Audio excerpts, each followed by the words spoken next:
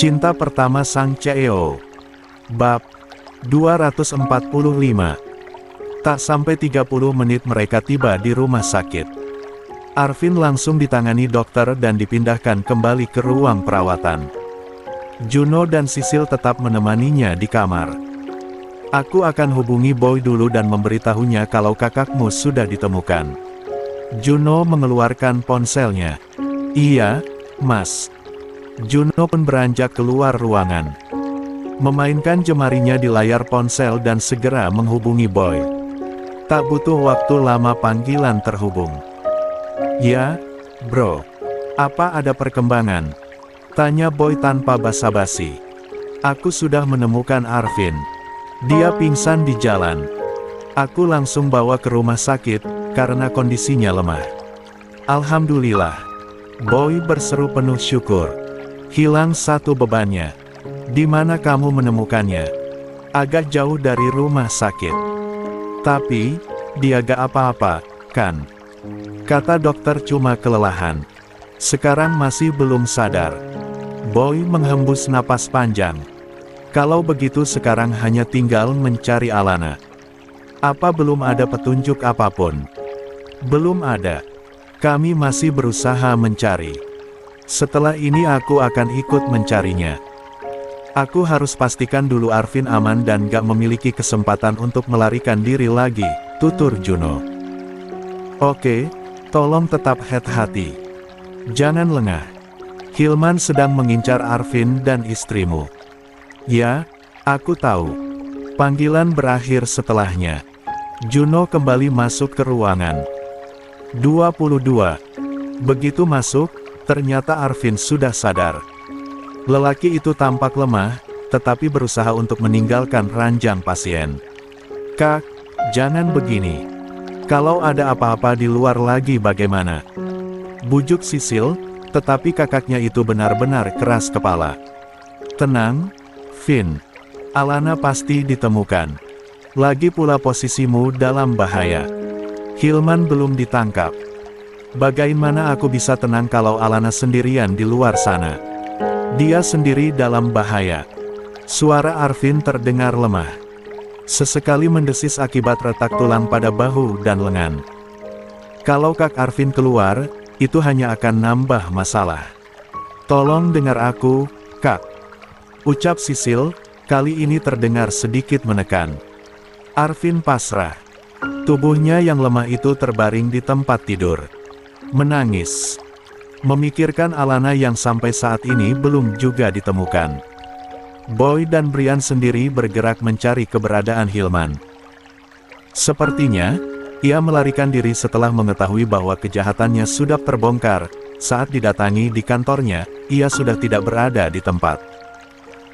Sementara itu, di sisi lain, Bara dan Yo tiba di sebuah villa yang diduga adalah tempat Hilman bersembunyi. Villa mewah tersebut tampak sunyi malam itu. Seperti tak ada tanda keberadaan seseorang di dalamnya. Bahkan semua lampu terlihat padam. Tidak ada lampu yang menyala, tapi biasanya orang yang sedang bersembunyi akan melakukan apapun, termasuk membuat seolah mereka tidak ada di sini. Tutur Yo. Kita masuk. Tanya Bara. Ya, semua tempat harus diperiksa baik-baik. Jangan sampai terlewat. Bagi Yo dan Bara, tentu bukan hal sulit untuk melewati gerbang tinggi dengan pecahan kaca menancap pada pilarnya. Lihatlah, tanpa kesulitan berarti mereka mampu melewati gerbang tinggi itu. Tatapan Bara begitu tajam, matanya menjelajah ke setiap sudut.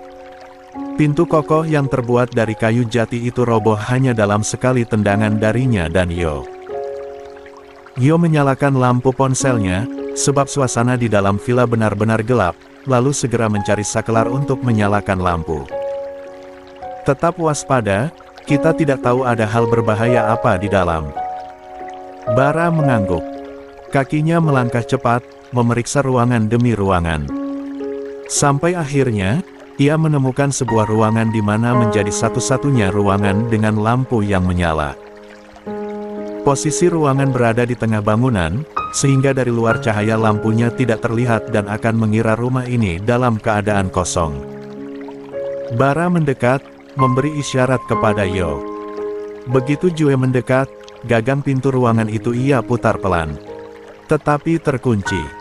"Dobrak saja," tanyanya. "Mau bagaimana lagi?" sahut Yo. Tendangan pertama membuat engsel pintu itu terlepas, kemudian disusul dengan suara benda terjatuh dari dalam yang seolah menegaskan adanya seseorang di dalam sana. 23. Dan tendangan kedua, pintu berhasil roboh. Mata Bara menerobos ke arah jendela di mana Hilman baru saja berusaha melarikan diri. Sebuah guci kecil yang menjadi pajangan meja buffet ia lemparkan ke arah jendela dan tepat mengenai kepala lelaki itu, hingga membuat cairan merah segar mengalir dari kepalanya. Bara mencengkram punggungnya, menatapnya penuh amarah. Sementara Hilman yang masih tampak terkejut tak dapat berbuat apa-apa. Perlawanan yang ia lakukan dengan sekuat tenaga seolah tak ada artinya bagi Bara. "Jadi manusia bangsat ini yang berencana membunuh anakku dan membuat hidupnya terancam." Hantaman keras Bara mendarat, membuat lelaki di cengkramannya itu tersungkur ke lantai.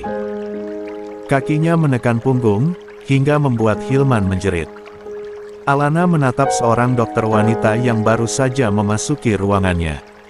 La menatap nanar, matanya yang sayu mengalirkan cairan bening. "Hei, kamu, Alana, bukan?" tanya wanita itu. Alana menatapnya penuh tanya. Mencoba mengingat pemilik wajah itu. "Aku Dokter Alisa, teman ibumu." La tersentak. Dalam sekejap matanya dipenuhi cairan bening. Meskipun sudah lama, tetapi ia bisa mengingat wanita itu. Teman ibunya. "Ternyata pasien yang ditemukan pingsan itu kamu. Bisa tolong saya, Dok?" Wanita berpakaian yang berdiri di sebelah ranjang pasien mengerutkan dahi. Menatap wanita yang tampak begitu ketakutan dan tertekan. "Tenang dulu," katanya, seraya mengusap bahu. "Ada apa, Nak? Apa yang terjadi?" Saya sedang bersembunyi dari seseorang. Mereka ingin membunuh saya. Saya tidak punya keluarga lain, saya sendirian." Sang dokter senior itu tampak terkejut. La mengambil kursi untuk duduk, agar bisa mendengar penjelasan pasiennya lebih jauh. "Kamu ingin saya menghubungi seseorang untuk membantumu?" "Jangan. Saya takut. Saya hanya butuh bersembunyi. Suami saya, dia tidak menginginkan anak kami." Alana terisak-isak. Tubuhnya gemetar dalam sekejap. Sang dokter memeluknya, berusaha untuk menenangkan. Sebab Alana terlihat sangat ketakutan. "Apa yang bisa kulakukan untukmu?"